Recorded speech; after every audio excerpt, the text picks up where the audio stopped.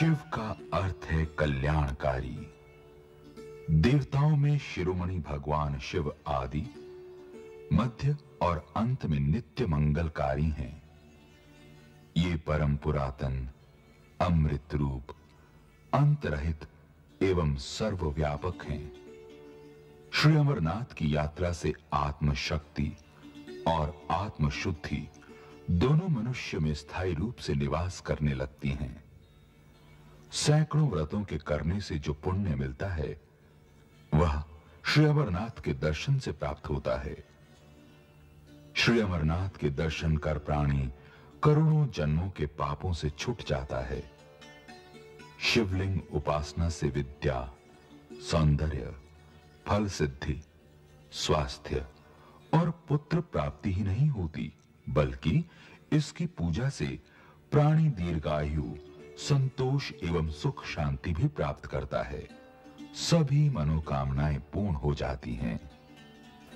जिस प्रकार वृक्ष की मूल को सींचने से उसकी सभी शाखों और उपशाखाओं का सिंचन हो जाता है, उसी प्रकार एक शिव की अर्चना से समस्त देवों की तृप्ति हो जाती है।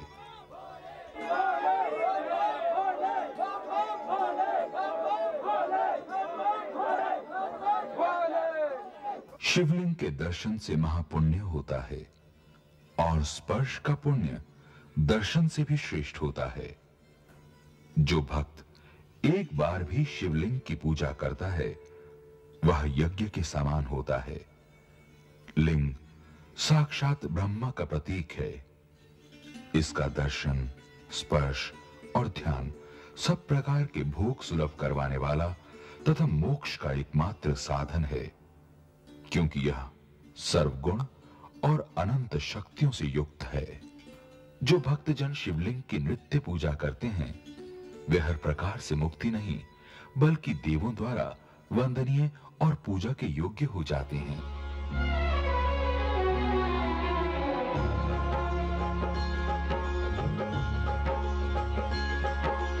ओम नमः शिवाय, ओम नमः शिवाय, ओम नमः शिवाय, ओम नमः शिवाय। जम्मू तवी स्टेशन तवी नदी के समीप है। जम्मू जहां प्राकृतिक सुंदरता में बेजोड़ है, वहीं ये कश्मीर घाटी का मुख्य प्रवेश द्वार व मंदिरों का नगर कहलाता है। राजा जम्बू लोचन ने इस नगर का निर्माण 9वीं शताब्दी में करवाया था। समय के साथ साथ इसका नाम जम्मू हो गया। जम्मू नगर के मध्य में स्थित रघुनाथ मंदिर अति सुंदर व मनमोहक है। इसकी कलात्मकता मन को आकर्षित कर लेती है। महाराजा गुलाब सिंह ने इस मंदिर को सन 1835 में बनवाना प्रारंभ किया था, लेकिन इसका पूर्ण निर्माण कार्य राजा रणवीर सिंह ने करवाया। राजा रणवीर सिंह महाराजा गुलाब सिंह के पुत्र थे। इस मंदिर की नक्काशी बेहद खूबसूरत है। मंदिर में अनेक देवी देवताओं की सुंदर मूर्तियां हैं। जम्मू के अति आकर्षक व सुंदर बाजार में शहर की सभी सुविधाएं उपलब्ध हैं। यहां हर समय चहल पहल रहती है। जम्मू नगर भिन्न भिन्न संस्कृतियों का संगम स्थल है।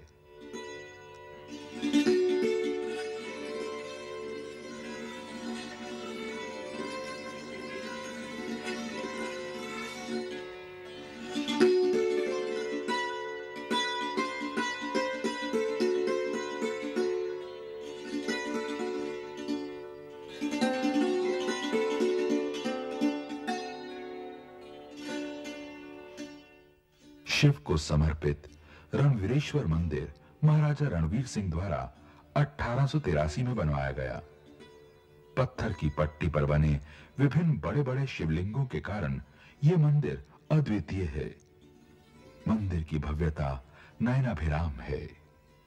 तवी नदी के तट पर स्थित बाहु किला राजा बाहुलोचन द्वारा 1820 में बनवाया गया था। इस किले के भीतर अनंत शक्ति तथा कल्याणमयी काली का दर्शनीय मंदिर भी है।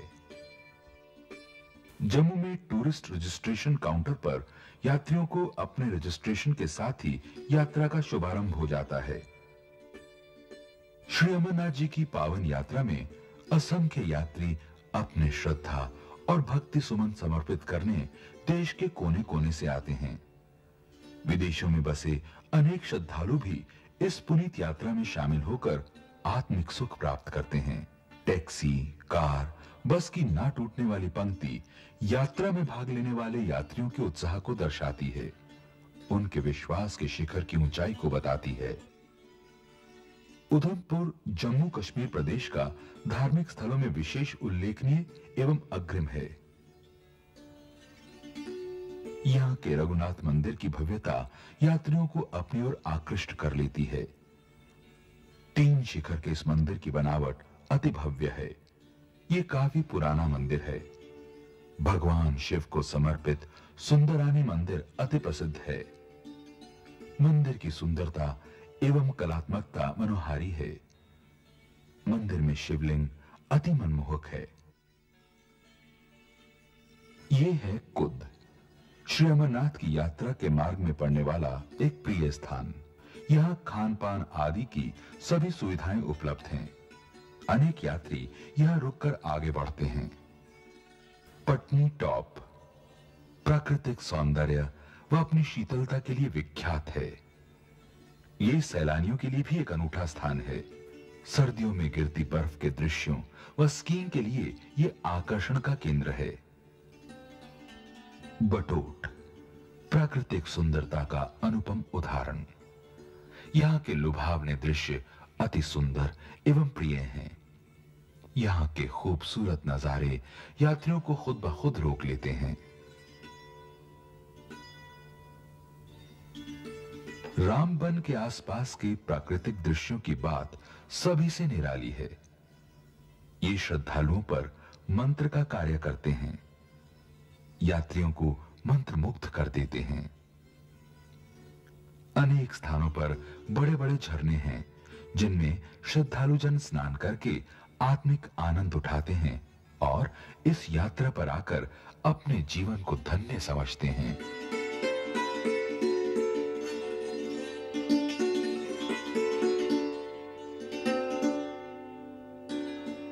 यहाँ की हरियाली ऐसी लगती है जैसे किसी ने कालीन बिछा दिया हो। बनिहाल प्राकृतिक सौंदर्य से भरपूर स्थान। इसके कणकण में सौंदर्य भरा है।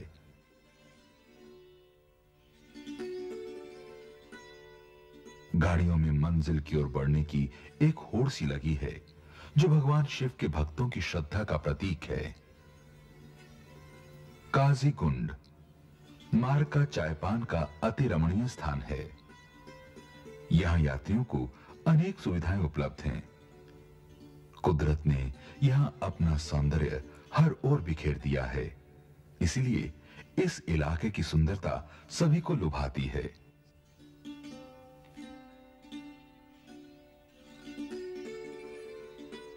अनंतनाग एक अत्यंत प्रसिद्ध स्थान। यहां से एक रास्ता श्रीनगर तथा दूसरा पहलगाम को जाता है।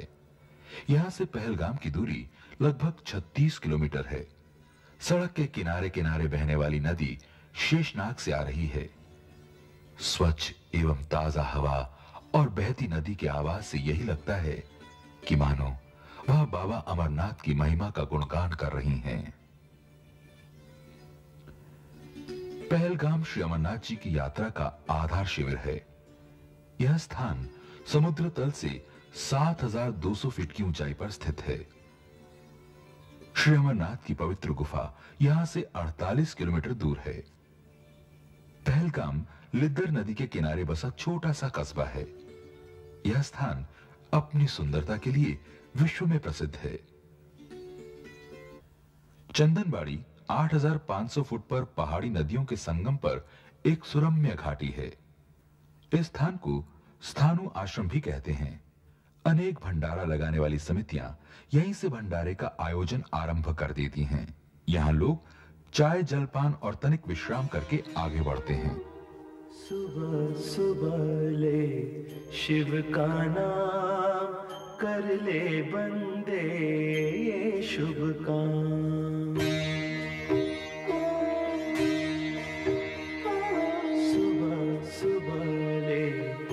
शिव का नाम कर ले बंदे ये शुभ काम। सुबह सुबह ले शिव का नाम, शिव आएंगे तेरे काम। सुबह सुबह ले शिव का नाम कर ले बंदे ये शुभ काम। ओम नमः शिवाय, ओम नमः शिवाय, ओम नमः शिवाय, ओम नमः शिवाय।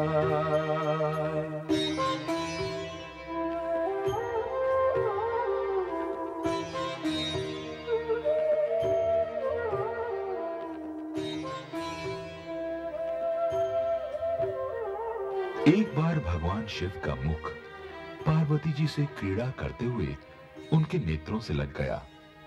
तब शिव जी का मुख नेत्रों के अंजन से काला हो गया। भगवान शिव ने अपने मुख को काजल से काला हुआ देखकर यहां बह रही गंगा में अपना मुंह धोया, तो काजल की कालिमा यहां की संपूर्ण जलराशि में फैल गई। तब से इस गंगा का नाम नील गंगा है। नील गंगा महापापों को नष्ट करने वाली गंगा है। यहां स्नान करने से शिव धाम प्राप्त होता है। ब्रह्म हत्या और गौ हत्या करने वाला मनुष्य यदि यहां स्नान कर ले तो समस्त पापों से छूट जाता है। खुद को राख लपेटे फिरते औरों को देते धन धाम। खुद को राख लपेटे फिरते औरों को देते धन धाम। देवों के हित विष पी डाला, नीलकंठ को कोटि प्रणाम। नीलकंठ को कोटि प्रणाम। सुबह सुबह ले शिव का नाम, शिव आएंगे तेरे काम। सुबह सुबह ले शिव का नाम कर ले बंदे ये शुभ काम। ओम नमः शिवाय, ओम नमः शिवाय। छड़ी मुबारक समापन पूजा संपन्न करवाने के लिए दशनी अखाड़ा के मुख्य महंत नेतृत्व करते हैं। प्राचीन काल में मध्य प्रदेश के होशंगाबाद जिले के एक गांव से एक महंत चांदी की छड़ी लेकर यात्रा का प्रारंभ करता था, किंतु बाद में इसमें काफी कठिनाई आने लगी। सिखों के पंचम गुरु अर्जुन देव जी ने छड़ी महंत को अमृतसर में थोड़ी भूमि दान में दे दी, जिससे वो अपनी यात्रा का यहां से प्रारंभ कर सके। वर्षों तक अमृतसर से हजारों श्रद्धालुओं का समूह एकत्र होकर वहां से यात्रा प्रारंभ करता रहा, किंतु इस शताब्दी के प्रारंभ होने के बाद से ये यात्रा श्रीनगर से शुरू होने लगी।